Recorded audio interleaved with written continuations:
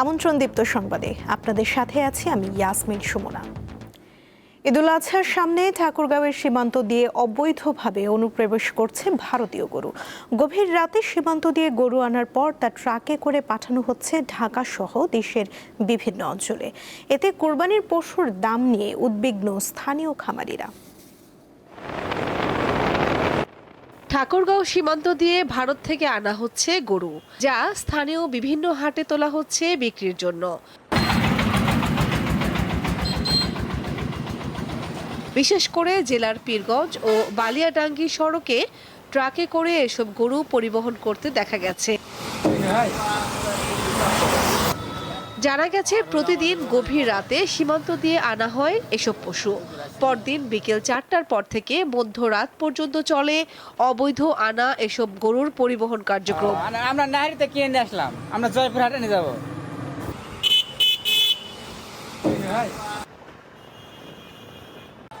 স্থানীয়দের অভিযোগ, ভারতীয় গরু এর মধ্যে লাহিড়ীহাট সহ স্থানীয় বাজারগুলোতে বিক্রি হচ্ছে। এর প্রভাব পড়েছে পশুর দামে। সরবরাহ বেড়ে যাওয়ায় কমেছে গরুর দাম। আমরা দেখতেছি যে বিভিন্নভাবে বর্ডারে রাতে অন্ধকারে কালোবাজারি গরু পাচার হচ্ছে, যেতে এই জন্য আমাদের খামারিগুলার খুব ক্ষতিগ্রস্ত হচ্ছে এবং আমরা সঠিকভাবে ন্যায্য মূল্যে গরু বিক্রি করতে পারছি না। গরুর যে অবস্থা, ওই ভারতের গরু আসে, আমার বাংলাদেশের গরুর দাম কমে গেছে। যে গরুর দাম 1 লক্ষ টাকা, সেই গরু বলে 90,000। এই জন্য আমরা ব্যবসায়ীরা অনেক টাকা লস খেয়ে গেছি। গরু কিনা 90, খরচ 20,000, 1,10,000, গরু বলতেছে 1 লাখ ভাঙে। তাহলে কৃষক কিভাবে গরু পালবে?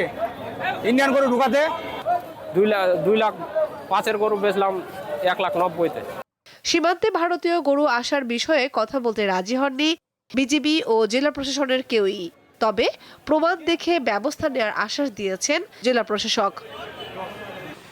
কামরুন নাহার, দীপ্ত, বার্তাকক্ষ।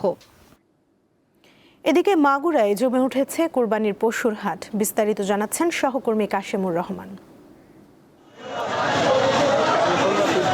সারা দেশের মতো মাগুরাতে পশুর হাটগুলো জমতে শুরু করেছে।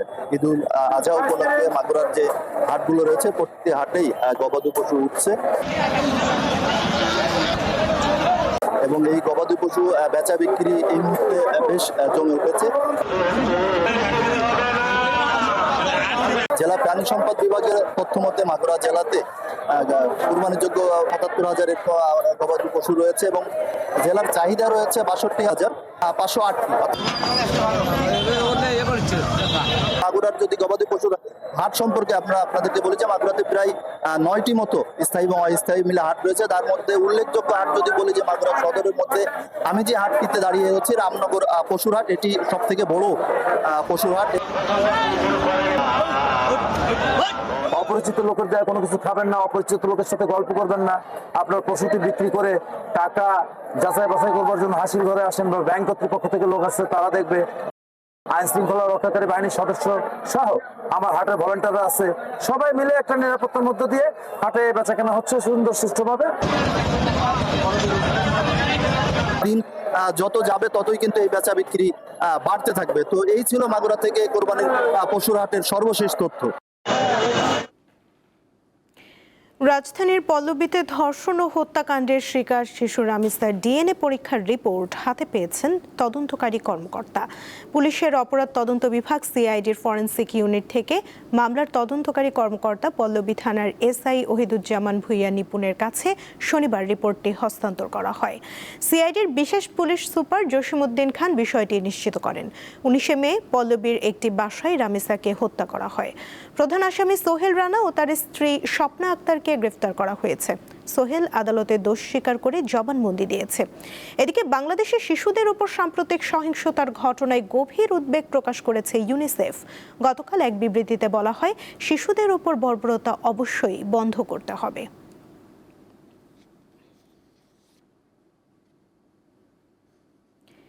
এক মাসের মধ্যে শিশু রামিসা হত্যাকারীর সর্বোচ্চ শাস্তি নিশ্চিত করা হবে, এমনটাই জানালেন প্রধানমন্ত্রী তারেক রহমান।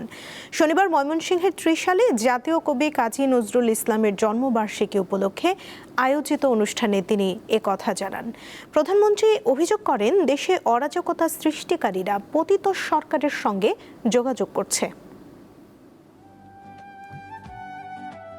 জাতীয় কবি কাজী নজরুল ইসলামের ১২৭তম জন্মবার্ষিকী উপলক্ষে ৩ দিনের অনুষ্ঠান উদ্বোধন করতে শনিবার দুপুরে ময়মনসিংহের ত্রিশালে পৌঁছান প্রধানমন্ত্রী তারেক রহমান। তাকে বরণ করতে হাজার হাজার মানুষ অপেক্ষা করেন। ত্রিশালে পৌঁছে প্রথমে দরিরামপুর ধরার খাল পুনর্খনন কার্যক্রমের উদ্বোধন করেন প্রধানমন্ত্রী। খাল পুনর্খনন কাজের উদ্বোধন শেষে সমাবেশে বক্তব্য রাখেন সরকার প্রধান। তিনি অভিযোগ করেন একটি মহল দেশে অরাজকতা সৃষ্টির অপচেষ্টা করছে। ওই যে 5ই আগস্ট যাদেরকে দেশের এই বাংলাদেশের মানুষ এই দেশ থেকে বিতাড়িত করে দিয়েছিল, এই এখন যারা অরাজকতা সৃষ্টি করতে চাইছে, খবর নিয়ে দেখেন ওই 5ই আগস্টে যারা বিতাড়িত তাদের সাথে এরা তলে তলে আবার খাতির শুরু করেছে। আমাদেরকে সতর্ক থাকতে হবে যে যারা বিভ্রান্তি ছড়ানোর চেষ্টা করছে তাদের বিরুদ্ধে আসলে আমরা আজকে সজাগ থাকবো, তাদের বিরুদ্ধে আমরা সতর্ক থাকবো। পরে ত্রিশালে সরকারি নজরুল একাডেমির মাঠে বর্ণাঢ্য অনুষ্ঠানের উদ্বোধন করেন প্রধানমন্ত্রী। বক্তব্যে তিনি বলেন, বিদ্রোহী কবি কাজী নজরুল ইসলাম ছিলেন মানবতার ফেরিওয়ালা। 2006 সালের পর থেকে জাতীয় কবির অমর স্মৃতি বিজড়িত ত্রিশালে জাতীয় পর্যায়ে নজরুল জয়ন্তী উদযাপন হয়নি। প্রায় 2 দশক পর আজ পুনরায় রাষ্ট্রীয়ভাবে জাতীয় কবির জন্ম জয়ন্তী আয়োজন করতে পেরে সরকার গৌরব বোধ করছে। কবির প্রতি সর্বোচ্চ শ্রদ্ধা এবং সম্মান প্রদর্শনের মাধ্যমে প্রমাণিত হয়েছে কাউকে সম্মান জানালে নিজের সম্মান নষ্ট হয় না, বরং বিনয় মানুষকে মহিমান্বিত করে। তিনি বলেন, শিশু রামিসা হত্যাকাণ্ডের উপযুক্ত বিচার নিশ্চিত করা হবে। শিশু নির্যাতন বা নারী নির্যাতন বর্তমান সরকার কোনোভাবেই মেনে নেবে না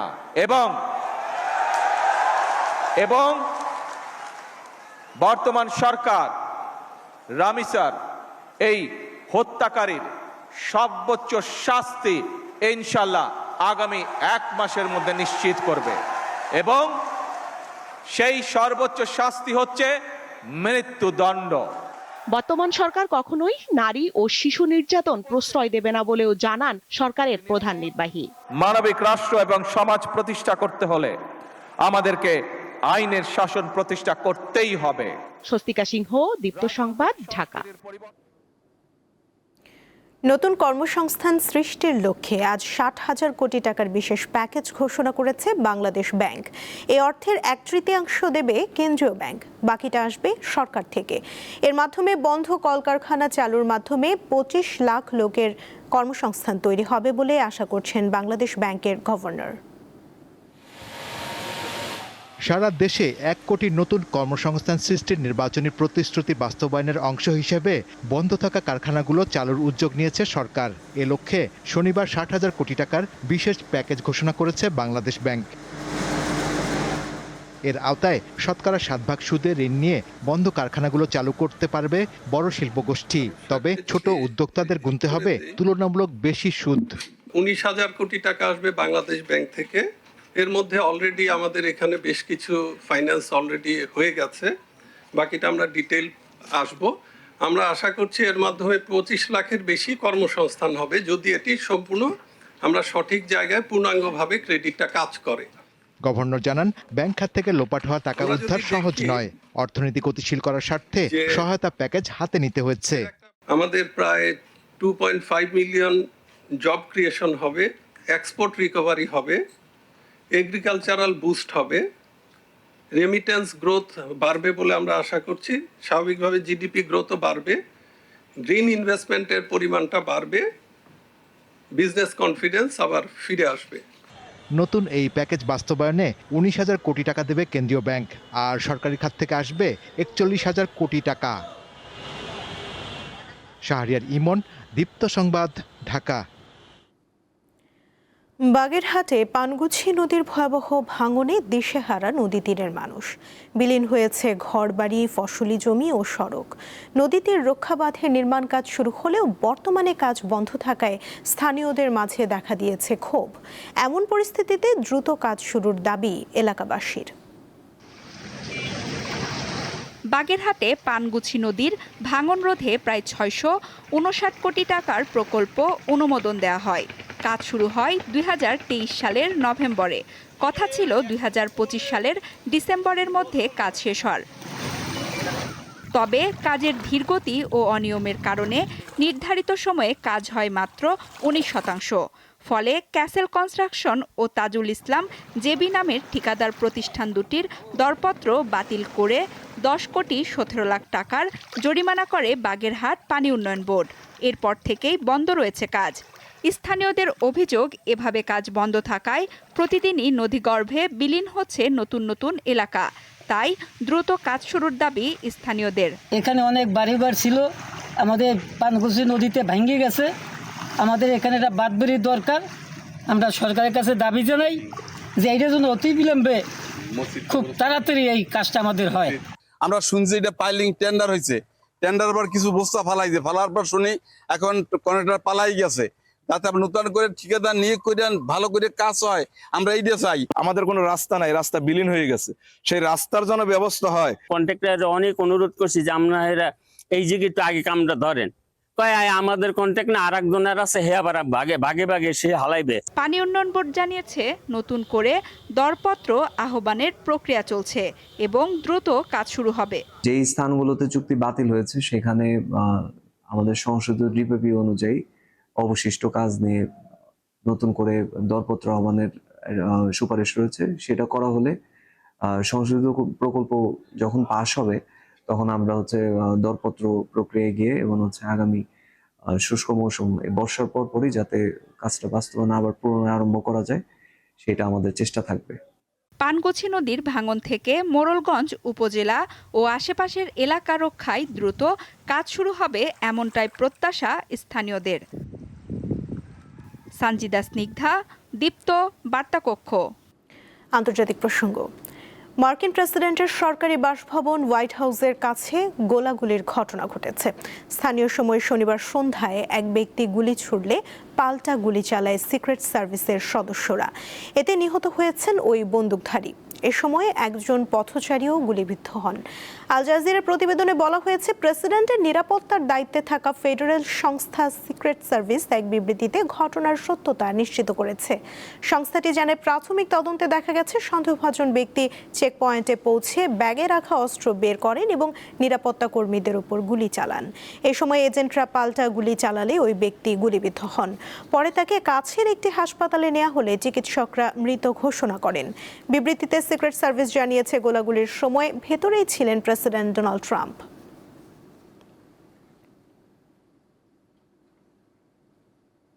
পশুর জন্য নাপিত শুনতে অবাক লাগলেও পাকিস্তানে কুরবানির পশুর জন্য এ ধরনের এক পেশাজীবী রয়েছেন, যাদের কাজই হলো উট বা ষাঁড়ের পশুর লোম বা পশম কেটে বিভিন্ন নকশা বা মোটিফ তৈরি করা। এতে ক্রেতারা যেমন আকৃষ্ট হচ্ছেন, পশুটির দামও পাওয়া যায় বেশি। দলে দলে উট নিয়ে মালিকরা অপেক্ষা করছেন পশুর নাপিতের সিরিয়াল পেতে। কাটানো হবে তাদের লোম বা পশম, কেননা সামনে ঈদ। তাই কুরবানির পশুকে আরো আকর্ষণীয় করতে আর দামটাও একটু বেশি পেতে এই প্রচলন দেখা যায় পাকিস্তানে। আলী হাসান পেশায় একজন উটের নাপিত। করাচির একটি মাঠে উটের লোম কাটেন তিনি। যখন আমি উটগুলোর দিকে তাকাই, আমি দেখেই বুঝতে পারি কাকে কোন ডিজাইনটা করব। ছোটবেলা থেকেই এই কাজ করি, এই শিল্পটাকে আমি খুবই ভালোবাসি। পশম কেটে নকশা তৈরির জন্য 10 থেকে 50 হাজার পাকিস্তানি রুপি পর্যন্ত খরচ নেন আলী হাসান। কয়েকটি ধাপে চলে এই প্রক্রিয়া। পশম কেটে রিলি বা বিভিন্ন ঐতিহ্যবাহী সিন্ধি নকশার মতো সুন্দর প্যাটার্ন তৈরি করা হয়। চাকচিক্য বাড়াতে ব্যবহার করা হয় মেহেদি। পশম ছাঁটা ও নকশা করা এসব পশুর ভালো দামও পাওয়া যায় কুরবানির বাজারে। পশম না থাকার কারণে পশুর প্রকৃত আকার আকৃতিও বোঝা যায় সহজে। সাইফুর রহমান শিশির, দীপ্ত, বার্তাকক্ষ। খেলার খবর। 2 দশকের বেশি সময় ধরে বিশ্বের বিভিন্ন দেশের ফুটবলারদের জার্সি সংগ্রহ করেছেন এক মেক্সিকান। তার সংগ্রহে রয়েছে 245টি জার্সি। এই ফুটবল ভক্তের নাম এনরিকো সোলোরিও। 1998 সালে ফুটবল বিশ্বকাপে বাতিস্তোতা ভেরন ও ওর্তোগাদের পারফরমেন্সে মুগ্ধ হয়ে 1999 সালে আর্জেন্টিনার একটি জার্সি দিয়ে শুরু হয়েছিল এনরিকে সোলোরিওর যাত্রা। এরপর অনলাইন মার্কেটপ্লেস, বিদেশি ওয়েবসাইট ও অন্যান্য সংগ্রাহকদের সহায়তায় বাড়তে থাকে তার সংগ্রহ। প্রথম জার্সিটি কেনা হয় 1999 সালে। সেটি ছিল আর্জেন্টিনা জাতীয় দলের, কারণ 1998 সালের দলটি আমার খুব পছন্দের ছিল। এই সংগ্রহে বিশ্বকাপ জয়ী দেশগুলোর পাশাপাশি জায়গা করে নিয়েছে এমন অনেক দেশের খেলোয়াড়দের জার্সি যারা অন্তত একবার বিশ্বকাপে খেলেছে। প্রতিটি জার্সির মধ্যেই লুকিয়ে আছে আলাদা গল্প। সোলোরিওর মতে ফুটবল জার্সি শুধু একটা পোশাক নয়, এটি একটি দেশের ইতিহাস, সংস্কৃতি ও আবেগের প্রতিচ্ছবি। কিছু জার্সি সংগ্রহ করা আমার জন্য মোটেও সহজ ছিল না। এর জন্য অন্যদের সাহায্য নিতে হয়েছে। অনেক সময় সামাজিক যোগাযোগ মাধ্যমেও যোগাযোগ করতে হয়েছে। এসব জার্সি দিয়ে বিশ্ব ফুটবলের বৈচিত্র্যময় গল্প তুলে ধরতে চান সোলোরিও। মোহাম্মদ হাসিব, দীপ্ত স্পোর্টস। এই ছিল এখনকার মতো। পরবর্তী সংবাদ বেলা 12টায় দেখার আমন্ত্রণ রইল। এছাড়া আরও তথ্য পেতে যুক্ত থাকুন দীপ্ত ডিজিটাল প্ল্যাটফর্মের সাথে। ধন্যবাদ সবাইকে।